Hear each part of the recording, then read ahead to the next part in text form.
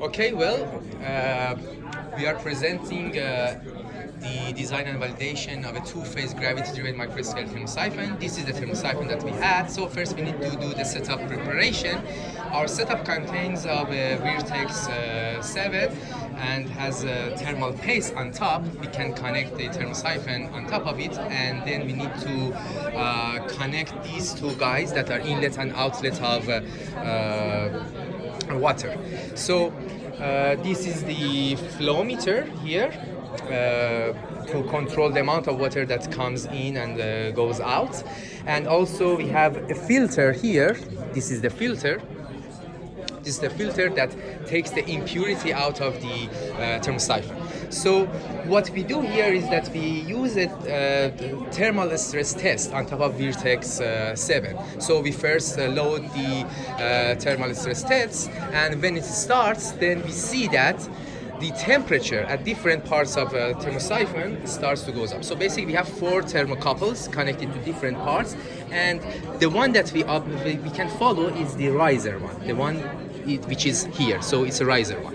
So when the temperature goes up, still we need to wait until the two-phase starts. So after the required amount of heat is absorbed by the refrigerant in the evaporator side, we see that there is a drop from something like 30 to 33 degrees to 30 degrees. So the temperature of riser goes up, and then the two-phase starts, which is basically here.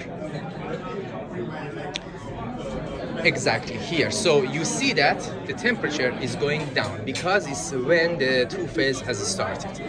So when the two-phase starts, the temperature of the chip is under control.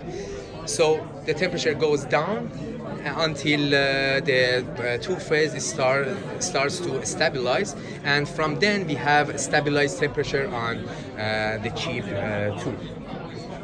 Other things that are worth to show is that we need to monitor the temperature of the riser if we want to make sure the ThermoSyphon is working well. At the same time, we can keep track of the temperature of the chip.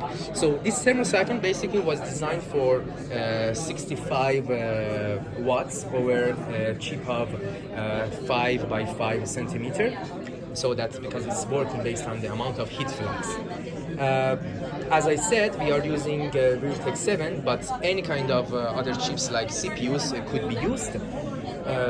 However, we should take care of the amount of power, and maybe we need to redesign it if there is excessive increase in the power. So as I said, it was designed for 65. However, our validation showed that it can also control up to 120 watts, which is basically good. So the metric that we want to actually evaluate our effectiveness is power usage effectiveness. So the amount of power that we are using for this cooling is only to keep this amount of water here, which is very little amount of water, cooled down.